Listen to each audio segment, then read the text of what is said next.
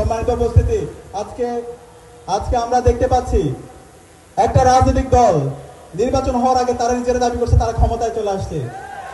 এতগুলো মানুষকে জীবন দিয়েছে এভাবে আগের মতো ইঞ্জিনিয়ারিং করে মেকানিজম করে ক্ষমতা চলে আসার জন্য। আপনারা ভুল করছেন। ডাকসু জাকসু রাকসু চাকসুতে আপনারা তো দেখেছেন বাংলাদেশের তরুণরা কাদের পক্ষে নিয়েছে। বাংলাদেশের তরুণরা ইনসাফের পক্ষে নিয়েছে, পক্ষে থাকবে। ইনশাআল্লাহ ইনসাফের বিজয় হবে।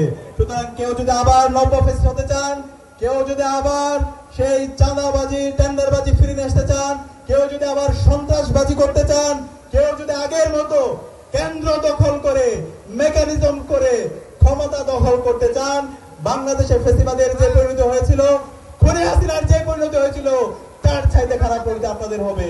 সেজন্য আজকে যারা এখানে তরুণরা আছে, মা খালাদেরকে আমি অনুরোধ করবো, নির্বাচনের দিন আমাদেরকে কেন্দ্র পাহারা দিতে হবে।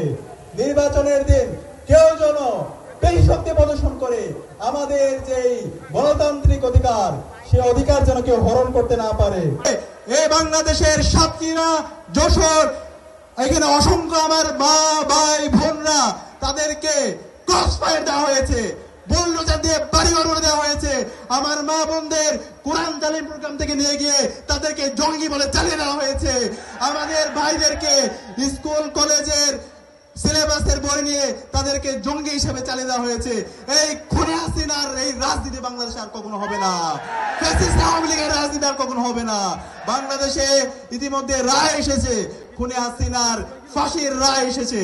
খুব দ্রুত সময়ের মধ্যে এই খুনি হাসিনাকে ভারত থেকে বাংলাদেশে নিয়ে এসে তাকে ফাঁসির কাস্টে ঝোলাতে হবে ইনশাআল্লাহ।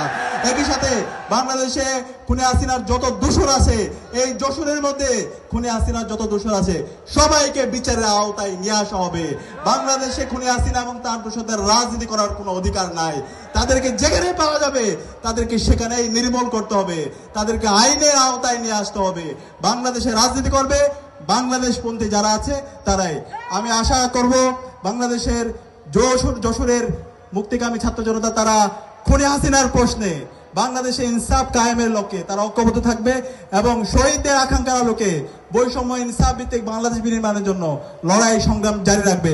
এবং আসন্ন নির্বাচনে আপনাদের যে মনোনীত প্রার্থী ডক্টর মুস্তাউদ্দিন ফরিদ সহ যশোরের ছয়টি আসনে যারা প্রার্থী হয়েছে, এই বাংলাদেশে যশোরের মধ্যে ইনসাফ কায়েম করার জন্য সন্ত্রাস মুক্ত, চাঁদাবাজ মুক্ত এবং শিক্ষায় উন্নয়ন, স্বাস্থ্যে উন্নয়ন এবং সবার একটি যশোর এবং সবার জন্য একটা নিরাপদ চৌগাছা এবং পীরগাছা একটি বিনির্মাণ করার জন্য উদাত্ত কাজ করে যাবে আমাদের যারা প্রার্থী আছে তারা।